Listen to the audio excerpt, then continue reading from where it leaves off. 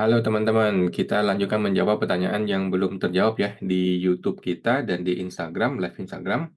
Kita live IG tiap hari Senin jam 8 malam. Oke, langsung gue mulai teman-teman ya. Dari Ibu Reni 3995. Malam kok, saya mulai tahun ini itu lapor SPT tahunan. Apakah boleh masukin tanah dan kios yang dibeli 2011? Apakah bisa diperiksa? Makasih kok. Oke, yang pertama adalah kita mesti paham barang-barang yang kita beli atau penghasilan-penghasilan yang kita terima lebih dari 5 tahun yang lalu itu lebih aman karena sudah tidak akan diperiksa pajak. Oke. Ini 2011 kan sudah lebih dari 10 tahun yang lalu gitu. Jadi sudah pasti lebih aman lagi. Oke. Jadi si ibu tinggal masukin sekarang boleh, masukin aja ada tanah, ada kios, tahun perolehannya tulis ya, tahun perolehan tulis 2011. Kemudian eh ingat, penghasilan dengan harta kan harus cocok tuh. Yang namanya penghasilan dan harta kan harus cocok. Maka ini harus dimunculkan sebagai penghasilan yang tidak termasuk objek pajak lainnya ya. Penghasilan lain yang tidak termasuk objek pajak, masukin nilai tanah dan kios itu. Dengan demikian, tanah dan kios harta akan cocok dengan penghasilan. Seperti itu ya Bu Reni ya. Jangan sampai cuma harta doang, tetapi harus masuk penghasilannya juga sebagai penghasilan yang tidak termasuk objek pajak. Nanti kalau orang pajak panggil, loh kok bisa penghasilan tidak kena pajak? Nah, kita jelaskan bahwa ini adalah harta yang sudah diperoleh lebih dari 10 tahun yang lalu. DJP tidak menemukan. Saya juga khilaf nggak lapor, tapi sekarang saya lapor. Saya mau jujur, saya laporkan, tetapi sudah tidak perlu kena pajak karena sudah lewatin 10 tahun. Nah, kira-kira gitu ya, Bu Reni. Semua teman tuh. Ibu Rani 3995, Bapak John. Bapak Jono Jojo, apakah laporan reinvestasi dividen harus dilakukan 3 kali berturut-turut sama 3 tahun? Betul ya, dividen harus 3 kali berturut-turut ya. Kan dia mesti diinvestasikan 3 tahun. Nah, investasikan 3 tahun, maka dia harus dilapor selama 3 tahun, diberitahukan kepada DJP ya, bahwa gue masih invest nih tahun kedua, tahun ketiga nih, gitu. Thank you Pak Jono, semua teman tuh. Jojo. Bapak Nuhendis, kok kenapa ya ubah unit pajak keluarga istri dari tanggungan menjadi kepala unit? Nggak bisa di-save atau simpan, muncul error, mohon tinjau formulir sebelum mengirimkan. Memang gitu Pak, banyak error, memang gitu. Cuekin aja, ya. Cuekin aja, nggak usah pusing. Yang penting SPT kita bisa lanjut, SPT jadi benar gitu ya. Yang masalah DUK gini, nggak usah pusing lah. Nanti aja kita proses. Atau nggak pengaruh kemana-mana kan? Thank you Pak Nuhen. Ibu Nuhendi, Ibu Nit. Bapak Nisa 99. Apabila e-reporting dividen 2023 dan 2024 diinput per emiten, apakah boleh di e-reporting yang sekarang nih diubah jadi nama perusahaan sekuritas atas dividen yang diterima per emiten? Jangan deh Pak ya, per emiten aja Pak. Mumpung ada waktu kan, masih ada waktu, mending per emiten lah Pak. Daripada terjadi masalah kan. Thank you Bu Nisa, Pak Nisa, semoga terbantu. Nisa 99. Ibu Nanda, kok jika kerja sama pemerintah tapi tidak dipotong PPh 23 dan PPh 23? Eh, yang pertama adalah gini, dari invoice-nya ibu dipotong nggak? Kalau invoice ibu dipotong, berarti kan ada bukti potongnya, cuman nggak dikasih. Maka ibu minta. Ibu minta dengan cara ibu email. Ibu email, kalau nggak di email di WA atau di, yang penting ada buktinya gitu ya. Nah, kemudian bukti potong itu ibu hajar aja, seolah-olah sudah dipotong, ibu munculkan bukti potongnya di kredit pajak. Nanti kalau dipermasalahkan oleh AR, ibu tinggal bilang ini bukan salah saya gitu. Saya sudah dipotong, ada buktinya gitu. Nah, kemungkinan kedua, kalau ibu nggak dipotong, ternyata invoice ibu tuh nggak dipotong. Berarti kan semua sudah dibayar full, maka ibu hitung sendiri, bayar sendiri di SPT tahunan. Yang ketiga, ini kan kerja ya, atau ini kerja karyawan gitu. Kalau karyawan sama ya, ibu lihat slip gajinya atau perjanjian kerjanya, apakah gaji yang ditransfer ke rekening itu dipotong atau nggak dipotong. Kalau itu dipotong, maka ibu punya hak untuk minta bukti potongnya. Bisa di email atau di chatting WA gitu ya. Dan email itu adalah bukti. Emailnya adalah bukti bahwa saya sudah meminta pihak mereka yang tidak mau kasih gitu. Dan ibu tetap punya hak untuk mengkreditkan, menurut saya. Oke, thank you Bu Nanda, semua teman-teman. Ibu Nanda Padang. Bapak Intan Renkar, kok kalau ada bupati, PPh dari bank digital, bupati bunga kali, PPh dari bank digital, tapi dari tabungan, rasanya nggak mungkin dapat bunga tersebut karena nggak ada isinya lagi. Tabungan tersebut itu bagaimana ya? Maksudnya bukti potong ya? Kalau ada bukti potong, oke, udah Pak, cuekin aja, diterima saja. Ya, kalau menurut gue sih diterima saja bukti potong tersebut. Kemudian bukti potong itu diakui saja. Kemudian kalau ada LB di SPT tahunan, maka munculkan tambahan penghasilan lain-lain dalam negeri. Ya, penghasilan dalam negeri neto lainnya ditambahin aja supaya tidak LB. Udah gitu aja sih. Menurut gua sepanjang nilainya tidak mengagetkan, udah nggak usah pusing, diterima saja, diakui saja dan dihitung saja gitu. Tinggal ditambahin penghasilan lainnya supaya tidak LB.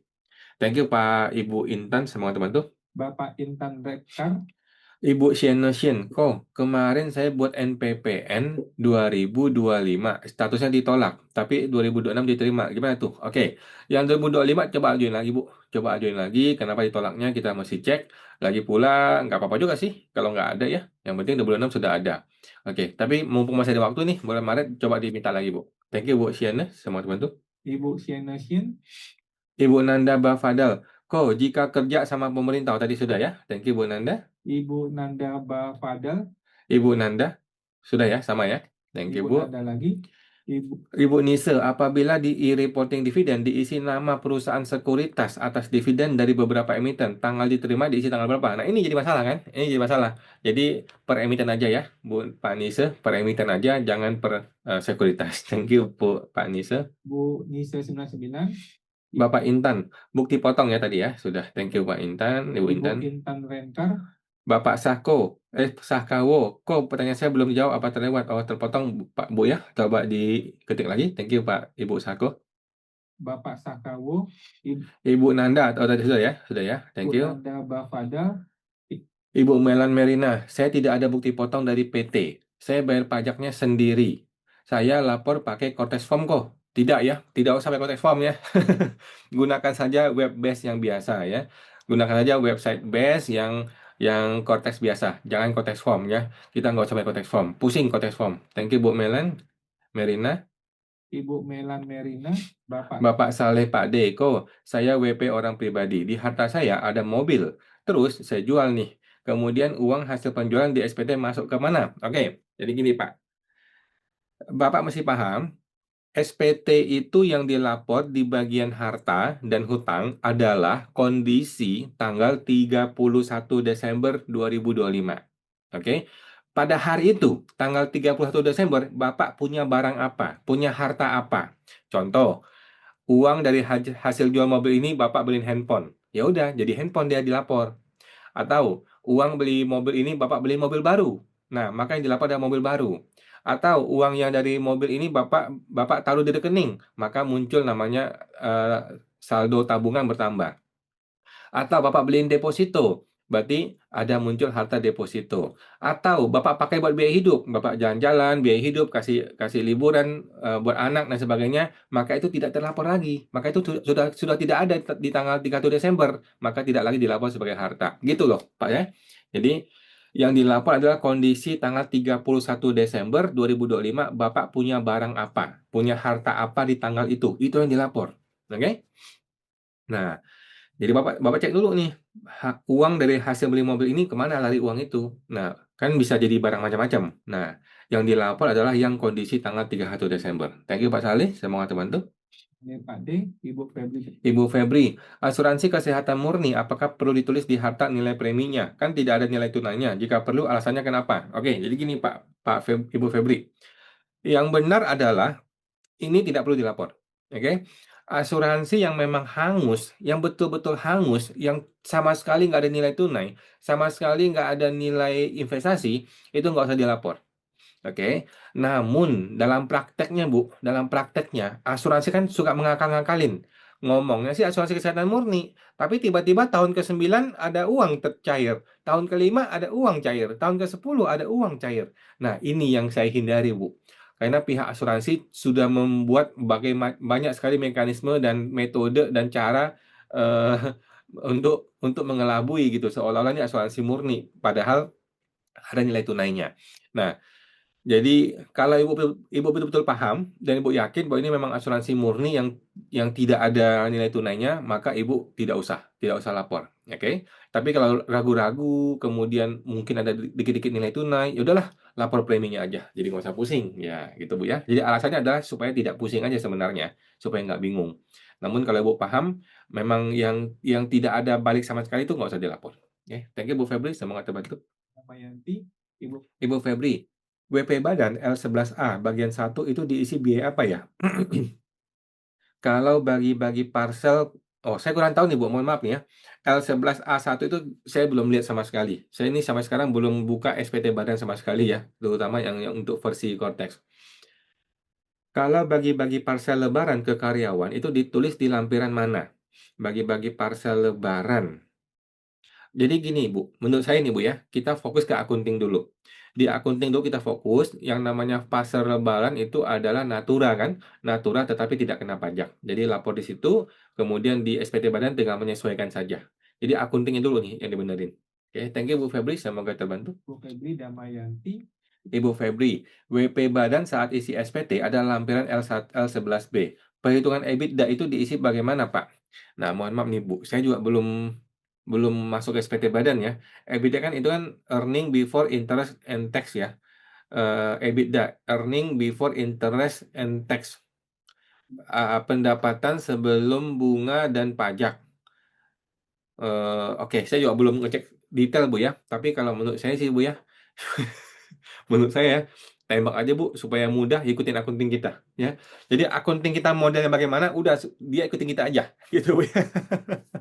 Kalau menurut saya sih gitu. Ini memang meribetkan, mengacaukan, membingungkan ya. Kalau Ibu bukan orang akunting pasti bingung. Kalau kita bukan orang yang betul-betul memahami akunting pasti bingung. Jadi untuk 2025 gue rasa masih percontohan, masih kacau balau. Kita ikuti aja akunting kita. Nah, tahun depan kita perbaiki. Tahun depan kita perbaiki akunting kita supaya mengikuti formatnya si DJP.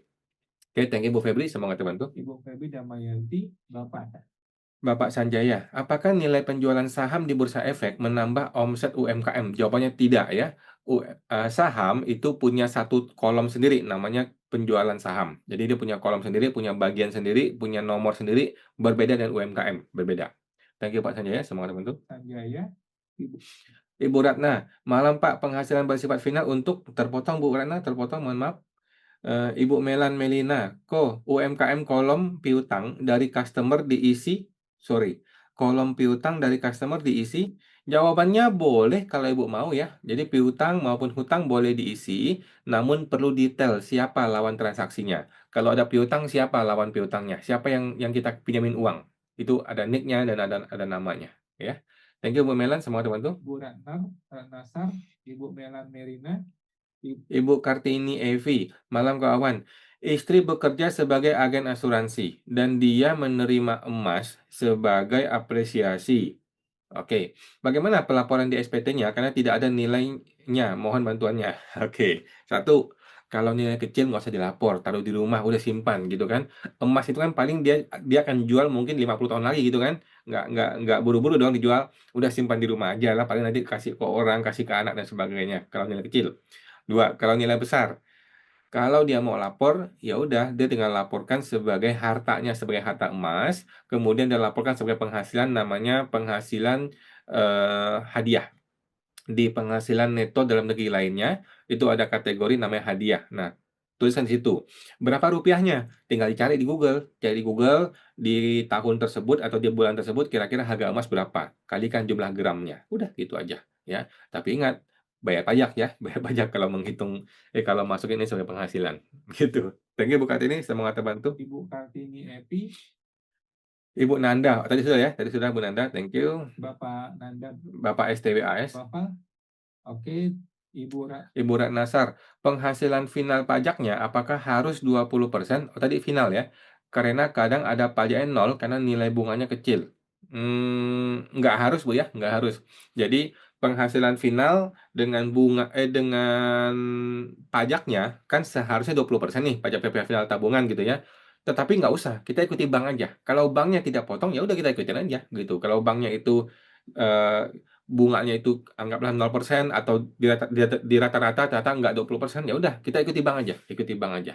Ikuti laporan dari bank. Oke, masalah ini gue rasa nggak terlalu masalah. Thank you Bu Rana, semoga terbantu. Nasar, Ibu Nanda, jika kerjasama pemerintah tapi tidak ditemukan bukti potong PP 2223 ya, apakah tidak bahaya bagi kita sebagai pengusaha dan tidak bisa jadi pengurang? Jadi gini Bu, eh tidak ada bukti potong adalah fakta, ya kan? Ibu punya dua pilihan. Pilihan pertama adalah tetap memaksakan mengakui saya punya bukti potong. Buktinya apa? Buktinya saya punya invoice-nya 100%, tapi saya ditransfer cuman anggaplah 97,5% gitu ya. Jadi saya punya bukti bahwa saya dipotong. Berarti saya punya hak dong. Nah, saya sudah minta melalui email kepada pihak pemerintahnya. Mereka nggak mau kasih, ya, dengan alasan macam-macam. Tetapi saya tetap punya hak dong. Hak saya nggak boleh hilang dong. Maka saya mesti bayar. Mesti dihitung sebagai kredit pajak gitu ya. Nah, satu. Pilihan kedua yang bisa Ibu lakukan adalah, udah kalau nggak ada bukti potong, kita bayar pajak mandiri, gitu. Kita anggap tidak ada pemotongan, kita akui semua penghasilannya, dan kita bayar mandiri pajaknya. Itu juga boleh, Bu. Ada dua pilihan, tinggal Ibu lakukan. Oke? Karena faktanya nggak ada bukti potong. Faktanya mereka nggak bisa kasih, dan sebagainya ya. Jadi ada dua cara, gitu, Bu. Thank you, Bu Nanda. Semoga terbantu. Bapak Ibu Nanda, Ibu Ratnasar, untuk UMKM OP, apakah utang dan piutang harus dilaporkan juga? Jadi gini Bu, di Cortex sudah ada kolomnya. Tergantung kita mau isi apa nggak mau isi, gitu kan? Nah, kalau gua biasanya gua tidak isi. Yang namanya piutang usaha dan hutang usaha, gua anggap saling cross aja hilang, gitu. Nah, tetapi kalau ditanya menurut aturan yang benar mesti diisi atau enggak, jawabannya mesti diisi, gitu ya. Nah, namun kalau diisi kita mesti tulis siapa piutangnya, siapa hutangnya, siapa orangnya, nomor NIK-nya berapa, gitu. Mesti diisi, gitu. Cuman kalau saya cenderung tidak mengisi karena gue menganggap hutang piutang tuh di-cross habis. Oke, thank you Bu Rana, semua teman tuh. Ibu Melan Merina, UMKM kolom hutang diisi utang supplier juga? Jawabannya seharusnya iya, gitu. Cuma tadi argumen gue ya, gue berpendapat hutang piutang sudah di-cross, jadi gue tidak laporkan. Lagi pula gue mengalami kesulitan ketika lapor hutang piutang, mesti lapor siapa orang lawan transaksinya. Pihak sana lapor nggak? Malah repot ya. Thank you Bu Melan, semua teman tuh. Ibu Ratnasar, Ibu Pak Made bagus, makasih sama-sama. Merina, Mbak Made Bagus, Bu Nanda sama ya tadi ya. Ibu Nanda Fadal, Bapak ML Store. Kok kalau menikah pisah harta dan suami istri punya masing-masing NPWP, apakah buat SPT tetap dipisah? Jawabannya iya, tetap dipisah masing-masing. Nah, sekarang kalau si istri berniat untuk tidak dipisah, si istri maunya gabung ke suami, maka jangan lapor SPT dulu. Si istri mengajukan permohonan NE dulu ya di Kortes, mengajukan permohonan NE non efektif atau NA non aktif. Setelah disetujui, barulah si suami lapor. Barulah suami lapor SPT. Dengan begitu si istri nggak usah lapor, langsung gabung ke suami, penghasilannya gabung ke suami, hartanya gabung ke suami semuanya. Begitu. Ajukan dulu permohonan NE. Kalau memang dia berniat untuk tidak PHMD. Thank you, Mbak ML Store. Bapak ML Store 888, Ibu Nanda, tadi sudah ya? Thank you, Bu Ibu Nanda. Nanda Fadal, Bapak STW, malamku, kalau masukkan harta rumah, awalnya beli 100 juta, dan sekarang kisaran jadi 3 miliar. Itu nanti dipermasalahkan tidak ya, Kos, sebagai pajak PPh satu karena bedanya banyak. Oke, nggak ada masalah, Pak ya. Jadi, ketika kita beli rumah, nilainya 100 juta. Ya udah, kita lapor dong, 1 juta dong. Kita lapor tiap tahun 1 juta, 1 juta, 1 juta gitu ya. Nah, di SPT 2025, kita tetap lapor 1 juta di harga perolehan. Kemudian dinilai saat ini, kita lapor senilai NJOP. Bukan harga pasar ya, bukan harga market, tetapi harga NJOP di kartu PBB. Oke, harga NJOP itu berapa? Mau 3M, mau 30M, mau 300 juta, mau 30 juta, kita nggak peduli. Tuliskan apa adanya sesuai dengan surat NJOP, kartu NJOP, kartu PBB ya. Nah, thank you Pak STW, semoga terbantu. Bapak STW AS18, Bapak Ko, makasih. Bapak Happy.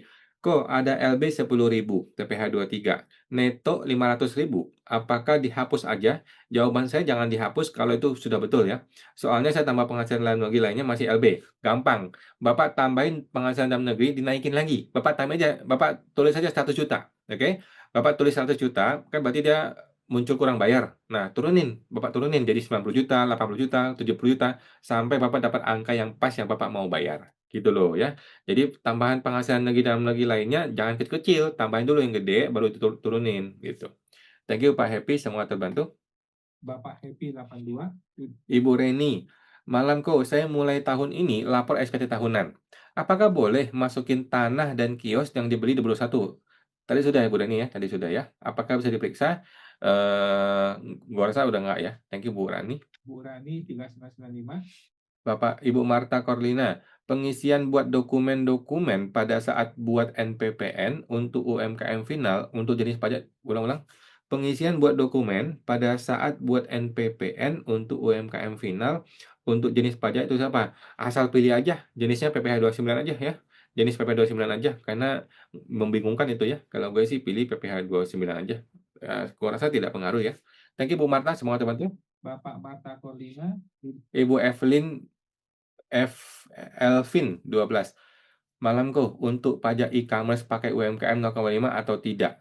Jawabannya iya, pakai 0,5%, tinggal bayar setelah melewati 500 juta omsetnya. Thank you Bu Elvin. Ibu Evelyn 12, Ibu Valian Craft.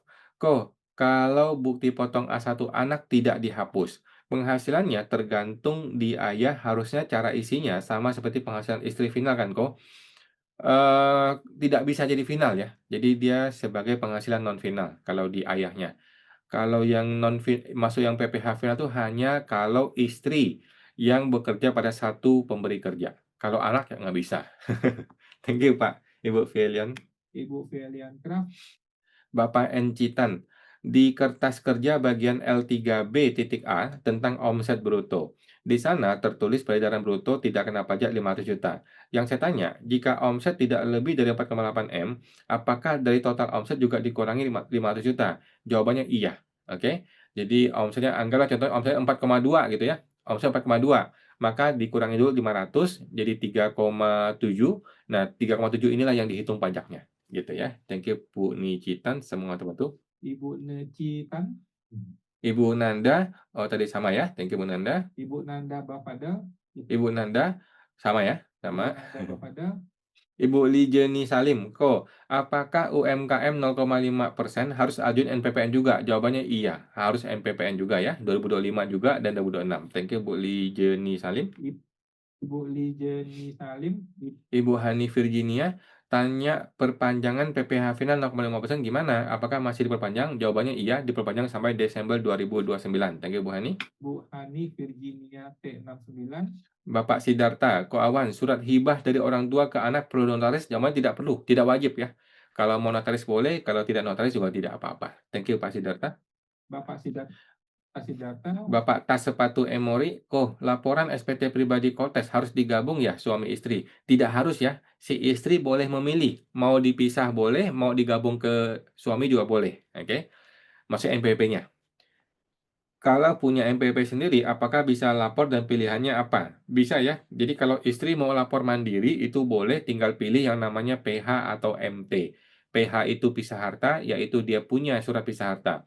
MT itu adalah memilih terpisah, dia tidak punya surat pisah harta. Oke, thank you Pak Tas.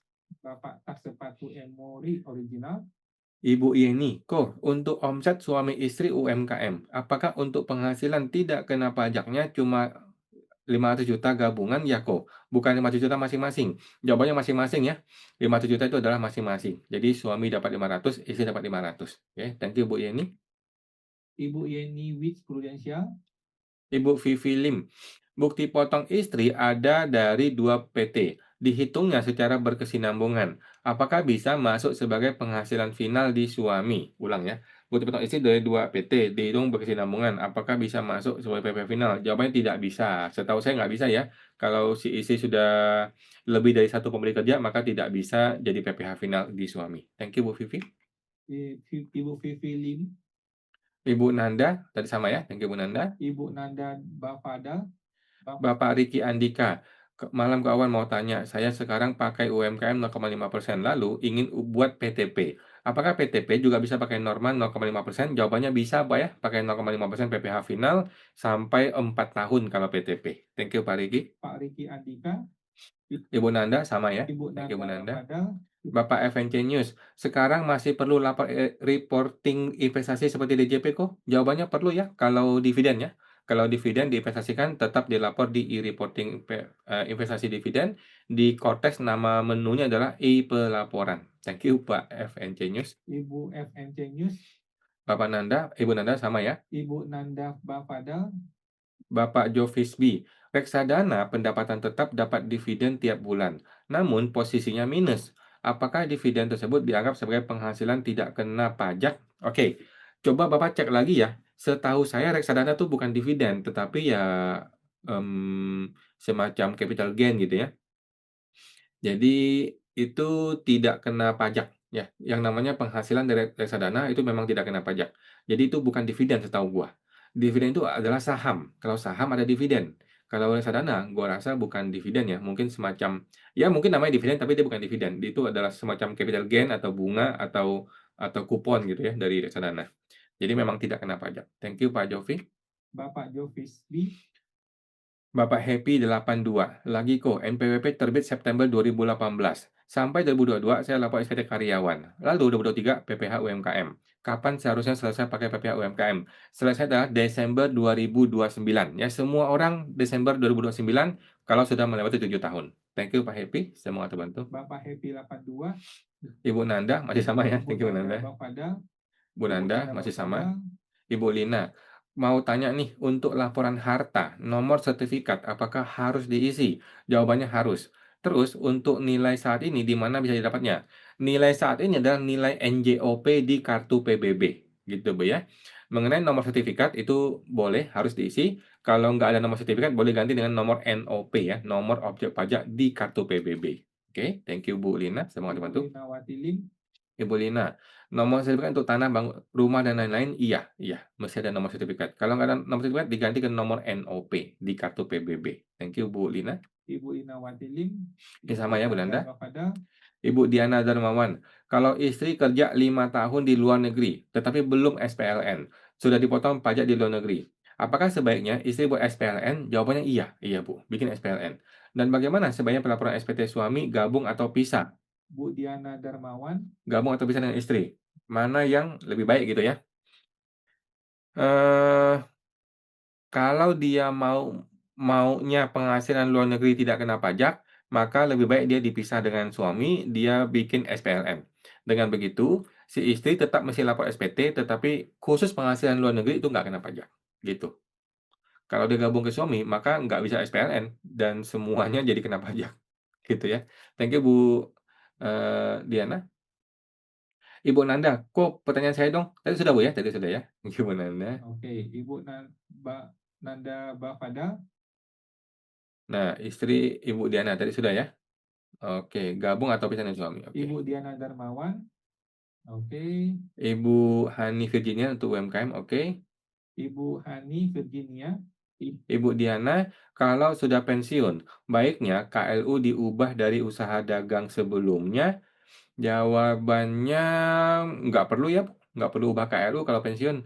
Berapa nomor KLU untuk WP yang hidup dari deposito dan saham? Sumber penghasilan di SPT pilih apa? Nah, sumber penghasilan pilih usaha saja. Ya, pilih usaha, sedangkan KLU nggak usah diubah, biarin aja. Thank you Bu Diana, semua teman-teman. Ibu Diana Darmawan, Bapak Riki Andika, Desember kemarin saya lupa bayar UMKM, baru bayar Februari ini. Lalu tadi saat mau isi SPT untuk Desember di Kotes terlihat belum bayar, itu gimana ya? Oke, yang pertama adalah dicek apakah e-billing-nya betul ya, jangan sampai e-billing-nya terlempar ke 2026. Yang kedua, kalau e-billing sudah betul, maka Kortesnya yang belum update. Nah, kalau Kortes belum update, Bapak sabar saja, dicoba saja, di-refresh atau enggak di-posting ulang. Kalau di-posting ulang masih belum bisa, coba dihapus konsep, kemudian bikin konsep baru lagi SPT tahunan. Sementara seperti itu, dan memang banyak orang mengalami ini. Banyak orang yang mengalami ini. Dia sudah bayar, tapi nggak muncul di konteks. Memang sekacau itu konteks ya. Sabar Pak, ditunggu lagi, coba lagi. Thank you Pak Riki. Pak Riki Andika 97, Ibu Nino Wijaya, emas batangan dilaporkan di mana ya kok? Dilaporkan di bagian harta di kategori harta lainnya kalau nggak salah ya. Ada emas batangan di situ. Thank you Bu Nino. Semua bantu. Ibu Nino Wijaya, oke, teman-teman, mohon maaf yang lebih. Oke, thank you teman-teman ya. Kita live Instagram tiap hari Senin jam 8 malam. Semoga terbantu semuanya. Sampai jumpa.